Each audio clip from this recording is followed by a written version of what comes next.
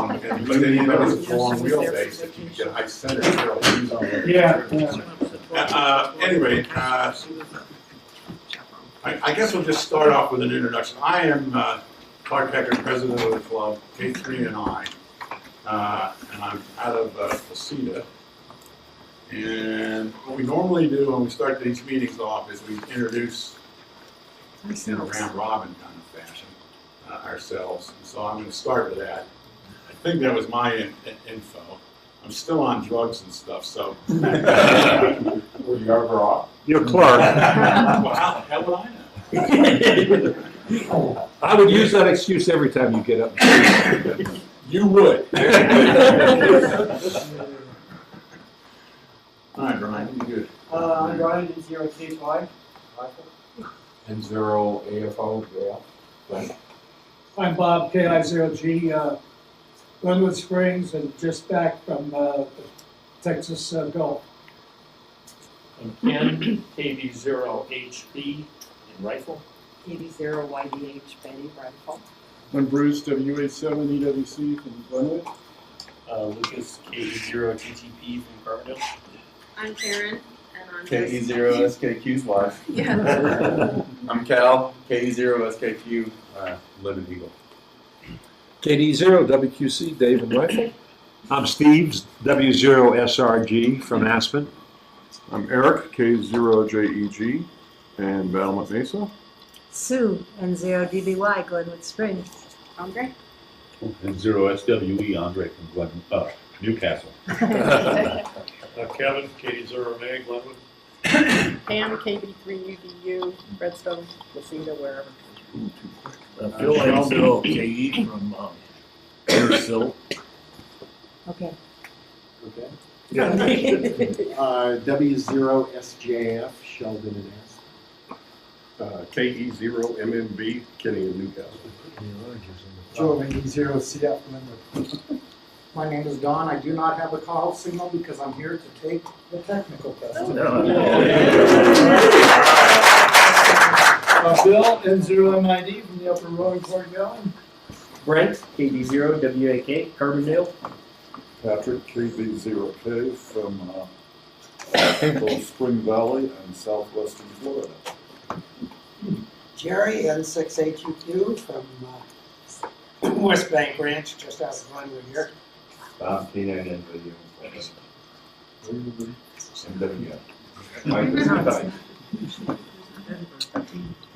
All right, are there any announcements before we get started? Yeah. Oh my gosh. I'll start over here with Dave. I bought a trailer this past week and found out that my little generator, my Honda Generator 2000, will not power everything in it. So I'm going to upgrade, which means my 2000 is now for sale. So if you guys want to take a look at it, it's in the back of the truck. Are those really nice, quiet ones? Yes. Just like ours. Yeah. It's been used at field day once. It's an inverter generator. What are you asking for? I'm going to let somebody decide if they want it, and then we'll negotiate. No, you wouldn't trade it for a snowblower, would you? No, I have a snowblower. Nice dry, Clark. I've been trying to dump that thing all winter. Last week you could have. I tried last week, so Is it's it not so a easy. pole start or a battery? Let's see, there was But Pat. it starts so easy. Just a reminder for you all that May 18th is the annual ham radio party up at our house in Spring Valley. As before, my wife and I will provide hamburgers, buns, condiments, soft drinks. You bring whatever your favorite thing is to share. And courtesy of my friend here, we'll have a fox hunt and the prizes for the top 3 finishers on the fox hunt. And last year's fox hunt became famous thanks to KI0G's camera. And many of you had your picture on the, not inside, but the front cover of CQ magazine. I got a picture that I'm going to pass it The around. next time you do that, make sure you don't get me behind a pole or something. Seriously, everybody else is looking one way, but you're looking the opposite. He's left-handed. I want to elaborate on that sometime, not right now. Yeah, I'm not surprised. Here's the front cover, I'll pass it around. Oh, my God. If anybody wants to know, I didn't sign up for this frequently. I was drafted. Here's She didn't do that. So, here this goes with it. Any other announcements? That's actually one of my Sheldon? successful. I was just gonna say real quick, anybody taking a technician test, don't check the website every hour to see if you have a call sign. We go crazy. Takes about 10 days. After you take the test. Yes. And you're It successful. took less than a week this last time. Did it? Yeah, Heather got her license. Exactly. But Don, My daughter said did you it sign was- she was old enough to drive. would you please, and that way we can get information to you. Yeah. That's Me part of and my, She's a- part of my job is to try to recruit. And I love members, as you probably know. Don and I are in the same, high country 4x4 club. And I've gone in, and, Don, I want to thank you for showing up, because I have tried to introduce or implement a ham radio in the high country 4x4 club. And you're the first person that showed up that really got some substantial contribution to that. So how much did he bribe? The Wasn't thing that- about it is, I've been around desert racing for 20 years, and we've been using them forever out in the deserts. And then Clark became a member and found out that you're supposed to have a license. Oh. Which I don't quite understand. When you go to racing, there's 1,000 different race teams. And they're not using the license. Nobody's using his license, so I just, You know what frequencies they use? they're on all different ones. All different ones, but they're not the, since you They're have not studied. on PUs. What is it? But it's ham frequencies, not family radio services. Huh? Wow. But that might explain those snippets that we hear every so often on 88. Well, that's usually during hunting season. You can hear him at Moab. Yeah, yeah. It's been in the last month. Well, next week. And I'm not sure exactly why we get a snippet. Maybe it's the tone, the modulator. or something.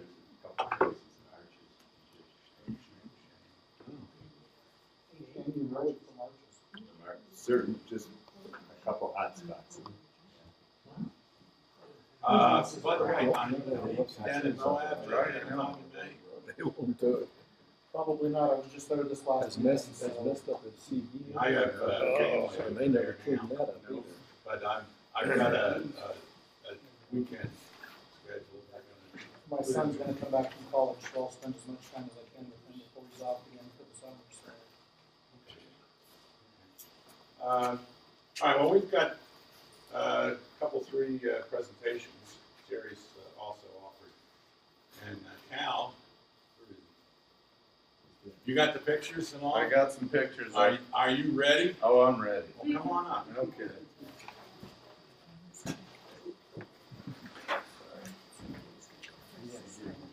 Yeah, fully introduce yourself. Okay, once more, I'm Cal Bullington at K0SKQ, and I live in Eagle.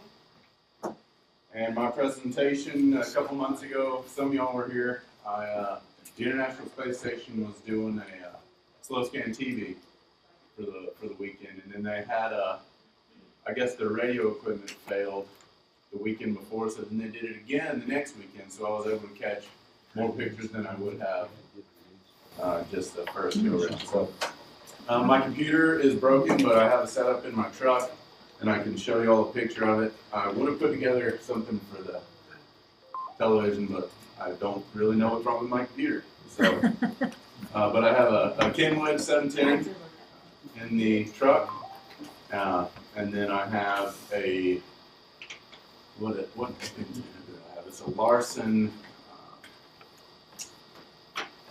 Somebody help me. I think it's a 5/8 wave. No, it's a half wave. It's a half wave on top of the truck, but it was enough to get some really nice pictures, and I'll send these around as I'm speaking. These are some of the pictures that I got. You can see some of the noise that a couple of them got as it got a little staticky. But so there's an app on the cell phone, and I'll walk around. I know it's kind of small. But you can list any of the amateur satellites that you want to keep track of, and it shows you their position. You can click, and it shows you how their path is going to look as they come across, so you can see exactly where they are in the sky by how your phone points. So it helps you point your antenna correctly. That is Android or This is Android, but you can. So I have all the different. You know, you can talk to this, working birds and all that, but it also keeps track of the International Space Station. So that's what I used to find when the ISS was coming across, and I would go. Well, she was going with me. She thought it was fun. She thought it was dorky at first, and then she was like, "Oh, this is kind of fun. It's like storm chasing." So anyway, and as it comes across the horizon, I don't know what it used to sound like when it was analog, but now they use digital. It's PD 120 is what they use, and it sounds sort of like this. This is not PD 120. This is a little bit faster. I didn't want to waste that whole time.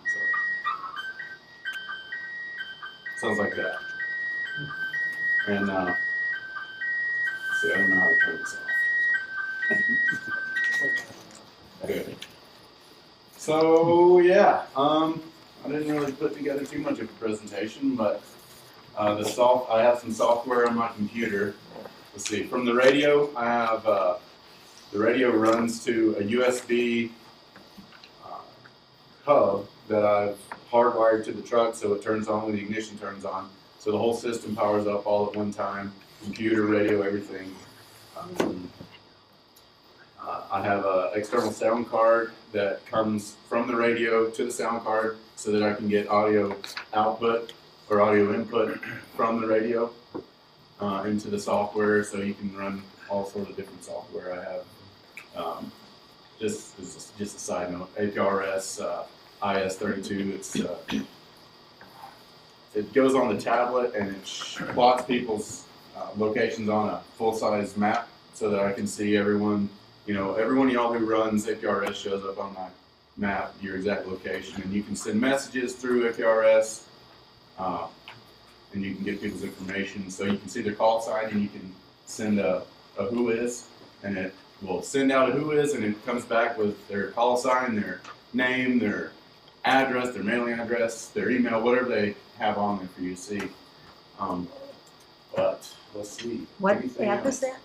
What's that? What app is that? Well, it's a Windows program. It's APRS IS32, and it's really nice. And you can configure it any way you want, and it follows your position on the map too, and it shows your trail. You can set it to show other people's trail.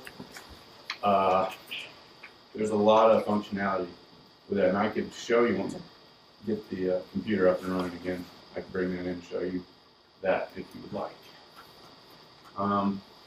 How long did it take to get in? Well, from the One space pass? station, they use PD 120. So it's 120 seconds. It sends the picture out over 120 seconds, and then they have it set up to where it takes another 120 seconds of a break, and then it sends out another 120 second burst. And the picture, it just goes through the list, and then it starts over and goes through it. I usually can catch one, maybe two on a pass. Just depends on if it's coming perfectly overhead or if it's skimming the horizon. Obviously, you don't get that good of a pass. But usually I can get 1.5 or 2. What frequency? They use, well, that's a great question. 825? No, it's. No, it's, 145.88. that's it. It's 145.88, I believe. That's another nice thing too about that app. It tells you all the different frequencies that the different satellites are using. So let's see. For their, and they've got all sorts of stuff. Okay, 145.8. It's 145.8 is what it is. Yeah, at the time being, that's what it is. And they have a couple different radios up there, but they only have one right now set up. So, sorry, I didn't have better presentation for you, but is there anybody with any questions? Are you passing photos? Yeah, there's some photos going on. That's Sound card. It's actually just a cheap little USB sound card that I got on Amazon. Okay. I got it because it was small enough. So I've got it really dialed in and set up nicely. It was just kind of a jumbled up mess of cords, but I just picked it because it was, it's very small, nice, works in the truck very nicely, and it has a input and an output, so if I wanted to hook up headphones or whatever. But the tablet's got Bluetooth built in, so I can just play it through the truck, stereo, if I want to do that. Well, So are these fairly typical of the quality you get? 'Cause I know like some of the it older depends. modes So I tried some with an HT first, Okay. and the HT I thought would have better results because I could sort of aim the antenna a little bit better, but I get much better reception on the half wave. The receiver's probably a lot better. Yeah, and the radio is better too. So I just wonder because I've done this before, and this is they use a different mode now than when I was doing it before. yeah, And yeah. the quality wasn't that good, so that looks pretty Right. decent. Yeah, We had well, a lot of bad calls. we did have some bad ones, but then after I figured out, so we started going on little road trips. We would go pick the highest spot in the sky where I would have the best view. Well, not view, view Yeah. of it, the whole pass. And so we found a good spot that I got stuck in a ditch You did. trying to get it was a We little, got a good picture. it was a little snowy. But we got a good picture. That's what matters. You know, that brings up a point. We should have an award for I almost that. always run APRS. Sometimes I won't put out my beacon. Just depends, because they have that APRS FI on the internet. Yeah. And I get weird about just any random person being able to see where I live. Which they can anyway if they search my call sign. It's okay. I send mine out every 5 minutes. Clark, we could call it the Google Maps Award. For those people who follow Wait a Google. minute, who was the last one? Was it Eric? Yeah, I got stuck up on JQS Trail. Yeah. Yeah, and you were using what, a Jeep? Yeah, my Cherokee. Well, your Cherokee. That's Well, where I was we were thinking, Sheldon's got Oh, yeah. this Jeep experience he's had this winter, right? What Jeep experience? Well, didn't you decide you were not going to plow your driveway? Oh, yeah. That was the experiment that, Failed. Last year that would work. it's actually, the Jeep never got stuck. I always got it out. Although it got stuck and then I kept pushing all the buttons in the dashboard. Eventually it came out. But I eventually had to call a bobcat to get the snow out of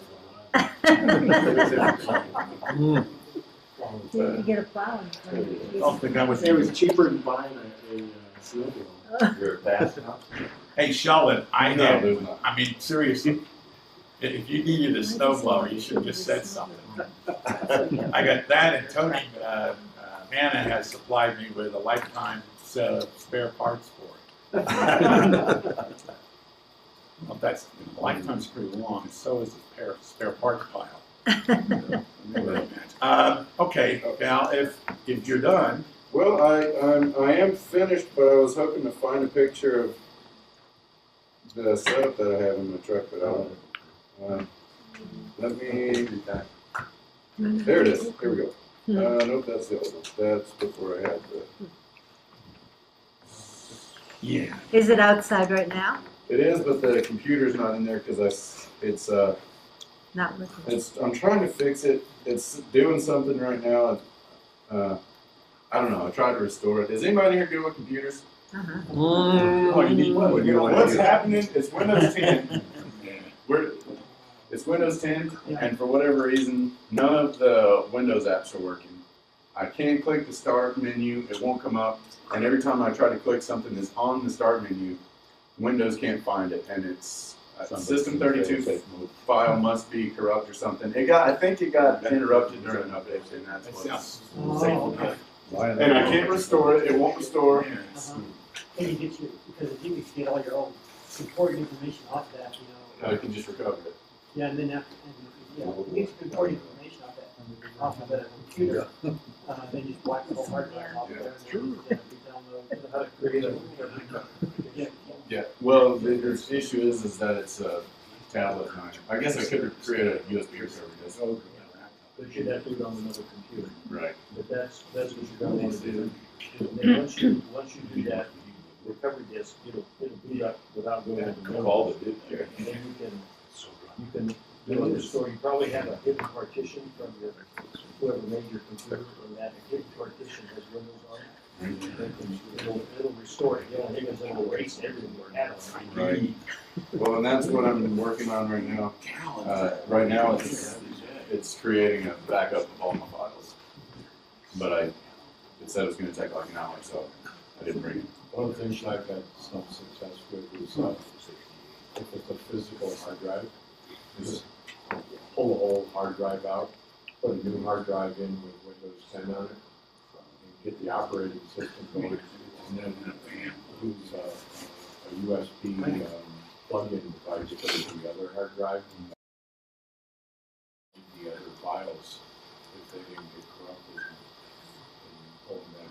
That'd be quite an adventure. And with a tablet that's sealed up like that, I wouldn't even try that. It beats the adventure of trying to replicate all your files. Yeah, perhaps. But there was nothing on there except for ham radio stuff. So What? Just ham radio? It was just a ham radio computer. Thanks a lot. Thank you.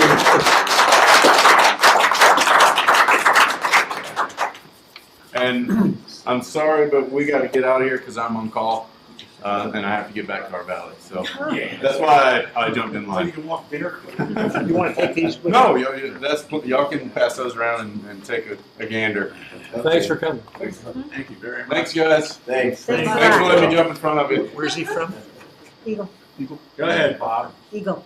Okay, on the handout, you turn to the back of the second page there. Dave was here, W0DAS was here, telling us about the WWV adventure, and they're going to have a special station. Okay, and the call is going to be WW0WWV.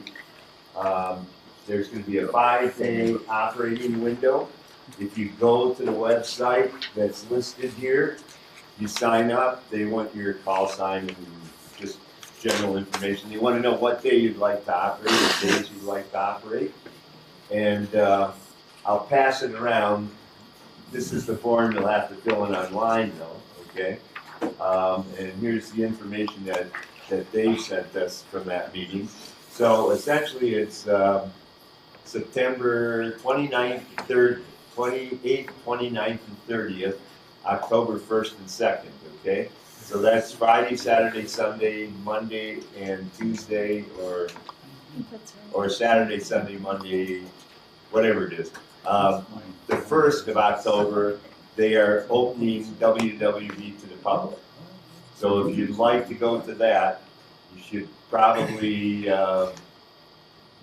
watch what's happening, because I don't know. But go to this website, and they said that the NIST is going to open it from 8 in the morning till 7 at night, and they will be doing tours and have a bunch of swag and stuff there. So anyway, if you want to do that, you should probably look forward to doing that and plan a little. There's no camping on site where they're going to put the station, okay? So you have to find a campsite, and there's not a lot of camping in that area. Okay? It is Fort Collins, so you can look for it. There is some, but probably should try to get a reservation if you're going to camp. And I don't know about motels and stuff. Anyway, so I'll pass that around. Anybody have a question on that? So it'll be a standard special event station. Digital modes you can operate, CW you can operate, and voice, okay? They'll decide that. All the equipment will be there. They said it's U.S. manufactured, they told us, so there's only 2 that I know of, Elecraft and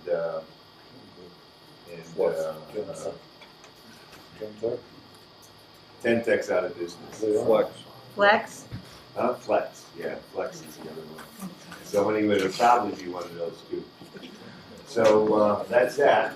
If you look at the article underneath that, ham radio grew, there's about 755,000 hams in the US, which is a really nice number. 3 million or 4 million in that area worldwide. The other thing is to get on HF. A lot of people don't get on HF and don't operate and are a little afraid if you're a newer ham, okay? One of the most fun things you can do is do a state QSO party because they're completely non-threatening and people love it if you give them a contact. And generally all you're gonna do is give them a signal report 59 or 599 in CW and maybe your name or the state that you're in. And usually they give you a county back because there's a group of people in the United States that want to work every county, okay? And I don't know what they're up to, but probably 1,000 plus people have done that. Have you done that, Bob, or not? Who is? Bill? I wouldn't even try. Anyway. New Mexico's QSO party's on this weekend. It's on right now. That, since they're close, it'll be real easy to get in with whatever power you have or antennas. So yeah, 100 watts and antenna on 20 or 40 meters will get you a lot of contact. But it's fun, and you can go to the ARL website, and they'll tell you precisely what it is. Colorado's, much to Phil's chagrin there, we do our QSO party on Labor Day weekend. So you'll lose a day. It's 24 hours, and you give the county that you're in and your name, okay? So those are for Colorado, that's what you do, and you can operate 24 hours. I got a nice plaque for being first in Colorado 2 years ago. They have a really beautiful plaque for that. So anyway, that's that. The rest of the information on here is what I'm going to show you on these two videos that I have. It's radio frequency interference and how to cure it, okay? And K3LR is probably the largest contester in the United States at this point in time. He has 11 stations set up, all run a kilowatt. He's got like 60 antennas or something. I don't know what he is. It's unbelievable. So he owns DX Engineering, which is a firm that's only been around for 8 or 9 years. And I think he started it so he could supply his radio station with parts. At any rate, the other thing is, one of the questions they ask about the WWV stuff is, where did you hear about WWV first? And for those of you who may not know, WWV is the National Bureau of Standards time provider. So if you have a wristwatch or an atomic clock on your wall, they're the guys that send the signal out a couple times a year to go daylight savings time or not. And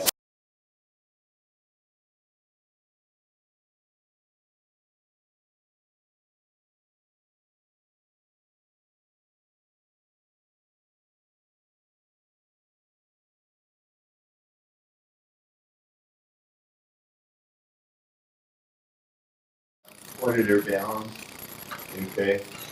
So it has, you know, just PL, the SO239s here, put in the PL 239. Anyway, so you ground this, your grounding system, and it works. Okay, you can put it either up on the antenna, you can put it inside. It will get it off. You pass that around, look at it. Palomar Engineering sells a box of Torah, and they give you an instruction set, and that's what you're looking at on the last page of your handout, so you can see where you should use it, okay, for the equipment. Pass this around, but these are a lot of the split lines, so you put your coax through there, and you close it, and that's your Torah, okay? And they sell little ones for receiving. They just have a tremendous variety. Also, if you haven't put on your connectors, they have toroids you can slip on. These are all labeled, by the way. These aren't color coded, but here's some of the small ones you can use for receiving antennas. So we'll pass that around.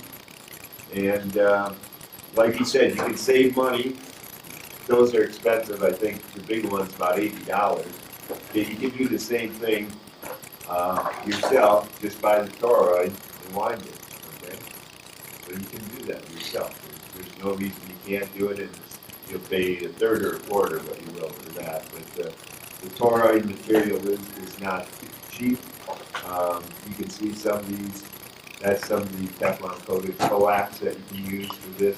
This is set up for if you have twin leads for 160 or an 80 meter antenna or 40 even. You know, so you got a twin lead coming in and you go balanced, unbalanced. So I'll pass those around.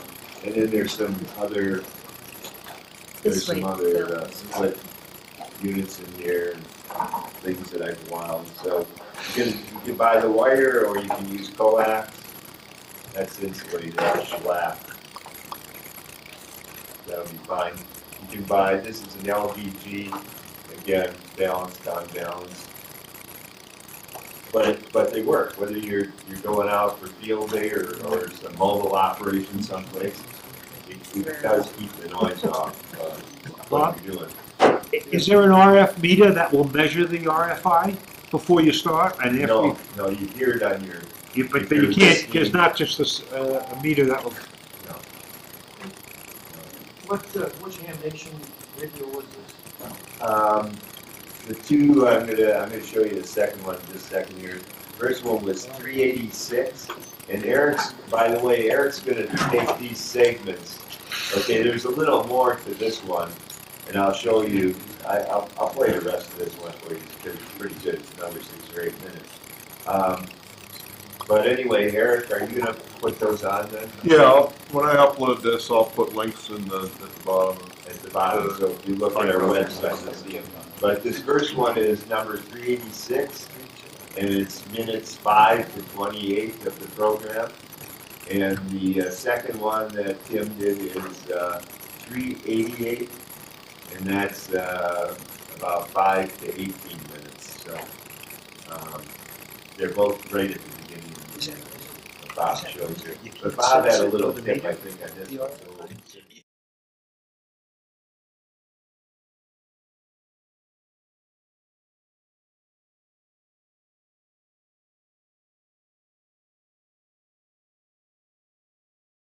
So will help. It's amazing. There's not a lot. HRO is another company that will do that ham radio outlet. If you call them, they have experienced people there. If you have problems with hardware or software, and you know, maybe you didn't even buy it from them, they will help you out. It's amazing. Those are two organizations that are pretty good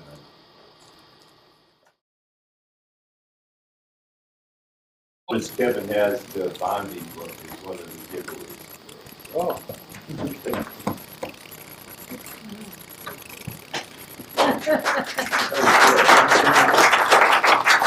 Do we have time for a little more, because Jerry's got something he wants to do.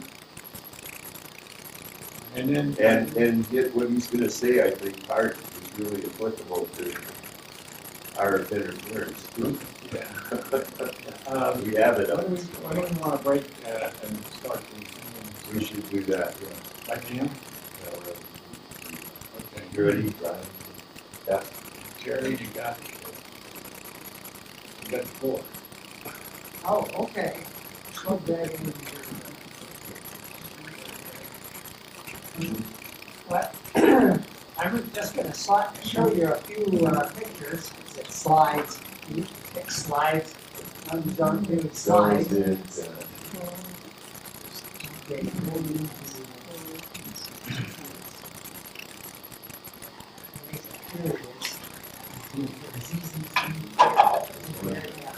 These are pictures I took 2 weeks ago here down south in New Mexico. I went down there and showed the ones. I'll show the one at the. This is the Trinity site a week ago today. 1 week ago today. This was Trinity site where they set off the first A-bomb down there southeast of Sapporo. Some of you have been down there, I know. This is the crew of cars lined up about a mile deep on the highway there, waiting to go in at 8 o'clock in the morning. actually it was 8:15 when they finally opened the gate. And so just took through a whole bunch of them in there. This is out at Trinity site there. This is a little south of Trinity site at the ranch house where they took over from some poor rancher out there. And that's where they actually put the A-bomb together. It's a couple miles south of the actual site where it was set off. Do you know the story on that rancher? After it's all been said and done, this was 20 years after the A-bomb went off, the rancher moved back into his house.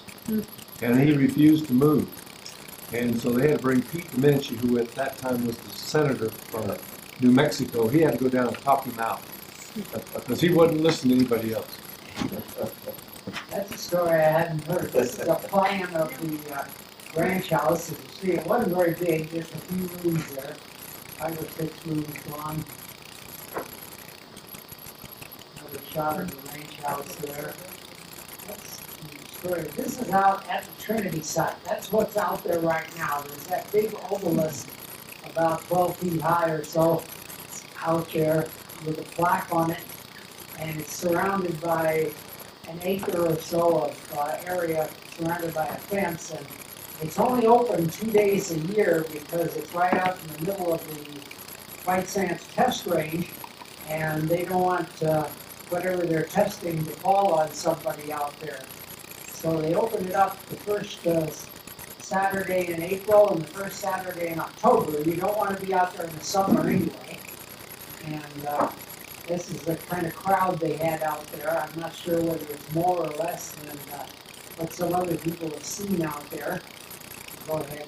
That area from that picture where you was taken, that used to be all just solid green glass. It was. And people were taking souvenirs, and there's none left now. Well, there's still some left. Is there still some there? There's a lot. Well, you can pick it up and take it to the guide and show. Not much, yeah. Yeah. The little kids. They covered a lot of it up Go too. on here. Well, it's radioactive, just so you Slightly, know. very slightly. This is one of the footings for the original tower that's out there. That was out there, that got vaporized. And that's a couple of big pieces of, it's hard to see there, but there's a couple of big pieces of rebar there, about 2 inches in diameter. Go ahead. And that's it. All around that fence, they have these pictures put up for that day. And these are black and white pictures that were taken at the original test out there in 1945. That's a 1/10 of a second. Go ahead. Yeah. And that's a picture of the actual Fat Man bomb. This is an extra bomb casing I guess they had left over. And that's what it actually was dropped over Nagasaki. This was a test of the plutonium bomb that they used in Nagasaki. The first bomb, the little boy Hiroshima bomb, was a long thin bomb. It was what they called a gun-type bomb, where they had a powder charge that fired a slug of U-235 into a big ball of 235. And that was a much simpler design, and so they never tested that before they used it at Hiroshima. They were very positive that that one was going to work. And they didn't have the U-235 to waste on doing the test. Neither did they have plutonium. So they they did want to run a test of plutonium, the plutonium bomb, because most people don't know that there's another isotope of plutonium that they were afraid was going to cause, possibly could cause, a pre-detonation of the plutonium and the bomb would fizzle. So they wanted to actually test it. So they tested that out there. It didn't look like this one. This is the actual type of bomb that was dropped over Nagasaki, an aircraft carried bomb. They just had a big round ball that they hoisted up on a tower and set off. I think that's the last one I got from out here on that. Yeah, okay, I'll go back to your menu here. After I went out there that day, And in the morning, then the afternoon, go to the bottom one there first. Well, go to the second one. This is okay, this is the VLA, what they call a very large array. And it's out west of Socorro at a place called Magdalena. And these are the antennas they have out there. I had an extra afternoon there, so I ran out there. The last time I tried to go out there, they had a couple of nasty forest fires, and the road was closed. So go ahead. These are the antennas they have out there, several of them. I think they say they have 27 of them out there on a Y-shaped railroad track. So that's set up such that if they're on the far ends of the railroad track, the antennas are 21 miles apart. And they move these things around on this double railroad track. And each antenna is 82 feet in diameter. Keep going. This is the control room. Not terribly impressive as a control room. It's a bunch of flat screen computer screens set up on a long table. And the woman sitting there operating was the operator on duty that day. This was a week ago today, Saturday afternoon. And she was controlling it and then telling people there on this tour that I went on. It was nice that I was down there that day because they had an extra big arrangement of tours that day. They knew a lot of people were going to be down on the Trinity site that day, so they took advantage of that. Go ahead. And these are looking down the railroad track. You can see half a dozen of the antennas out there. As I say, there's 21 of them. Each one is 82 feet and across and weighs something like 230 tons. So this is looking up at a close-up view of one. Go ahead. This is the feed set up on there, the feed horns. There, you notice there's different size, several there's about 6 different feed horns there that they use for different frequencies. The bigger the feed horn, the lower the frequency. And this is in the close-up of the center of the dish. Go ahead. This is the secondary reflector on the dish. It's up on this tripod or quad, four-legged structure there. And they actually move that conical thing. You'll notice it's not really spherical. It's odd. It's offset. It's odd shape. And the reason for that is because they move it up and down to focus, and they turn it one way or the other along its axis to actually direct the radiation reflected off the main dish down to the feed horn that they want to use at the moment. As I say, it's off center, and they turn it around to direct it to one of, depending on the frequency they're using, into whichever feed horn and amplifier that they're using. Go ahead. And this is down at the base of the structure. You can see that. It's interesting. There's a ladder goes up into a room right under the dish, and that's where all the low noise amplifiers are. You notice the dish is sitting on 3 big pylons there, concrete pylons, and that's the way they have it when it's operating. And it's these railroad tracks you see there in the foreground. There's actually 2 sets of tracks there, and that is off 90 degrees to the main railroad track where they move these things along. And they have a couple of special carriers that have railroad wheels on the bottom and big hydraulic jacks that they lift it off of these pylons, then move it out to the main track, turn it 90 degrees, turn the whole thing, wheels and all, 90 degrees, and put it on the main railroad track and move it down to somewhere else. I'd like to see that operation done, because it must be quite an elaborate operation. Plus, they don't do it when it's windy. They don't want the thing to fall over, even though when they're moving it, they have it turned vertically so that it's a minimum wind resistance. But that's one of the antennas up very close there, looking at it. You say that whole thing weighs about 230 tons. So go on. Another view of an antenna. They're really impressive. They are. There's 27 of them total. And now they're talking about building an even bigger array out there in the same area, what they call the second generation array, which is supposed to be open, I think, that's even more antennas. And supposed to be open, I think, around 2021. I'm not sure about that date. The reason you don't see any operators is that's just the data collection site. Yeah. It goes on fiber optics back to the university and then distributes the data. Yeah. It's an amazing amount of data. But it's a cool place. And the way they pay for it is you have to buy time on that. No, you don't buy Oh, time. not on that one? Not on that one? Time is furnished free Oh, to okay. the radio astronomers. Okay. They have a committee of people that analyzes proposals from all the different universities and astronomers, and then they select what they think is the best. So it's not like the observatory. Not like a lot of observatories, no. The National Solar Observatory, by the way, is down in this area also, if you go about 100 miles south. Yeah, I There's think white that sand one. that's down It's, there. it's actually at Sunspot, which is just above Alamogordo. Yeah. And you can see it, it's got a big white, Yeah.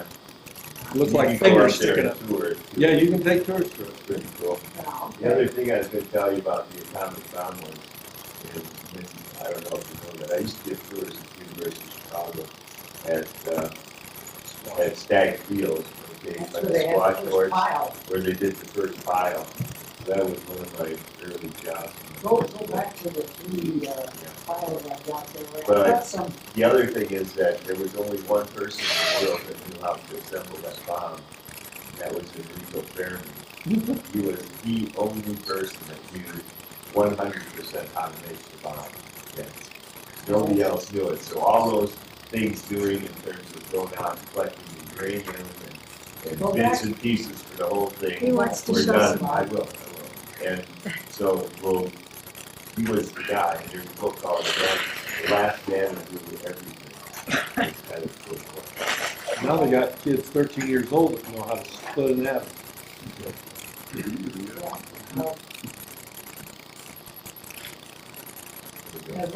This is taken up in Albuquerque area. If you're going through Albuquerque, this is at the Nuclear Museum out on the southeast side of Albuquerque there. And I was out there one day, a week and a half ago or so. That tower you see in the distance is a reproduction of the tower they had there at the Trinity site. And the thing in the bottom of that tower is a reproduction of the bomb sphere that they hoisted up to the top of that thing when they set it off. Go ahead. That's a B-52 on the left. That's the atomic cannon they used to, the Army had there, but I think they tested it a couple of times out at Nevada test site. It's a big motor. And another picture of the B-52. And that's a B-29 they have outside. That's quite a display of aircraft outside in big space, a couple acres there. So it's worthwhile seeing if you're down in Albuquerque. That's what the Enola Gay was, right? Yeah, that was the Enola Gay and the boxcar, the two planes were both B-29s. The B-29 was the only thing that was big enough to carry those first bombs. Like you saw a picture of the second bomb there before. They were, they weren't small. The other thing is one of our club members, K0BSC, which is Dan, is now the acting manager of all the forest services down there. He'll be back for Yeah, he said he's coming back. I had dinner with him one night down there. That's it, Clark. Good looking to thanks already.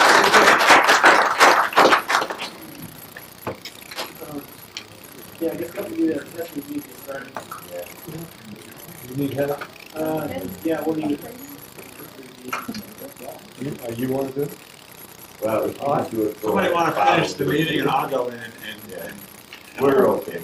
We got plenty. We got 3 guys. You're all right? Yeah. Go ahead. Just a short one, this is what my wintertime project, this is a 1.2 gigahertz antenna that I use to contact the satellite AO92. 24 hours each week, they switch the input over to 1.2 gigahertz, and I was able to get into it from when I was down in Texas. I haven't been able to get into it from here yet, but I haven't been back there that much. Totally homebrew, wound the coil, there's stuff online to do the formula and everything else. This is a pizza pan from Dollar Tree is what the thing was. And the rig is an Alinco. It's the only handy-talkie that's available on 1.2 gigahertz. So that's it around anyway. What does it put out on? Takes about 2 watts. 2 watts. Yeah. Very stuff on the other side. What if you switch out the coax? That's a matching network to match the helical coil to the output of the antenna. That's what that is. Get one wire here.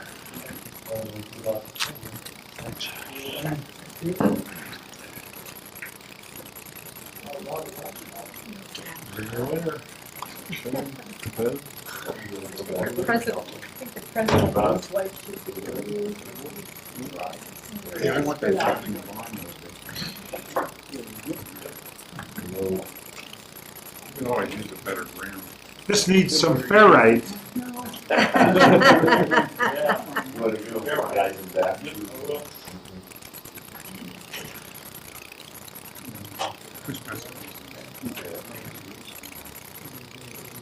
okay, Phil? No, my grandma lives up there again.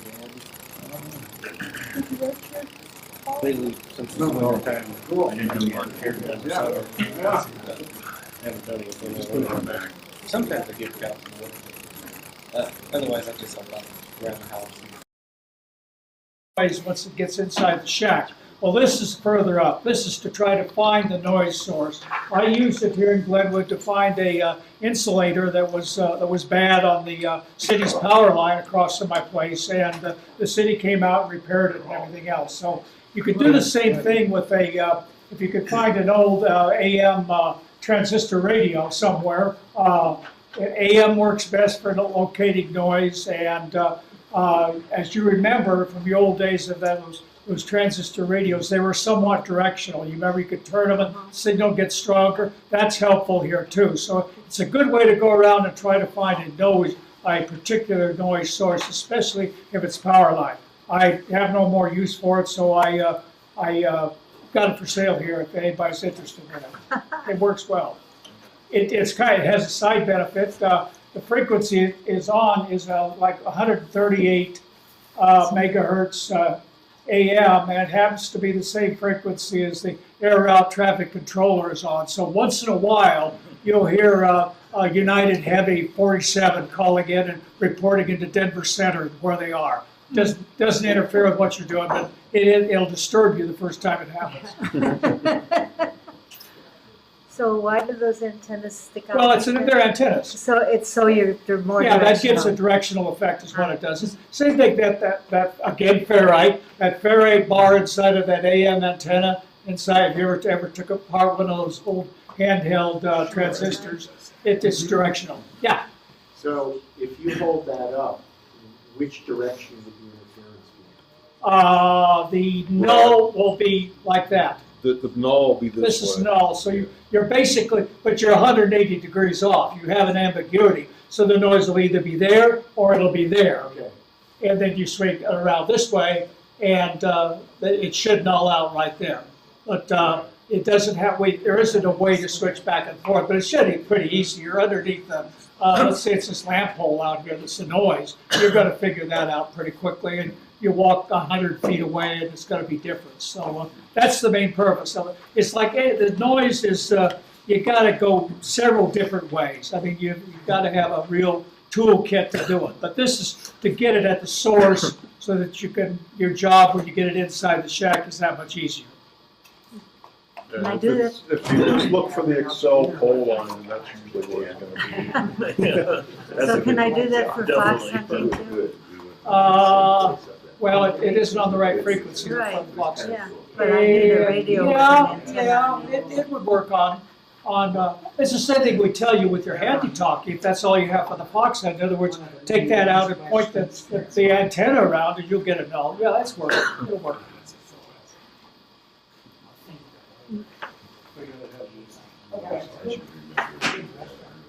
Everybody get a ticket in? Andre, did you put a ticket in? No, I'm all right. I'll put you in. If you win, this is gonna. Sure. And, yeah, interference, absolutely.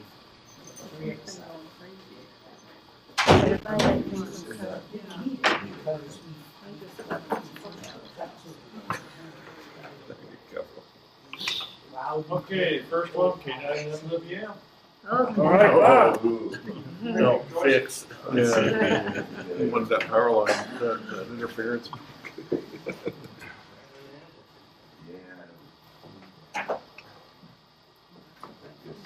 Yeah.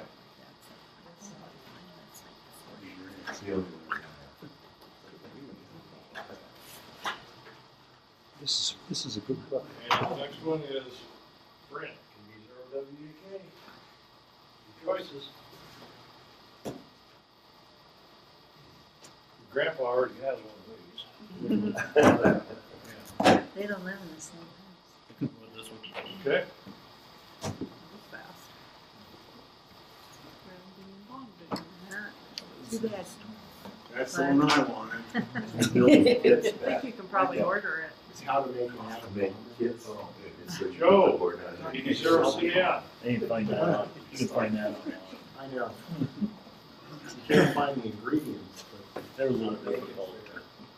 you can buy them out. Okay.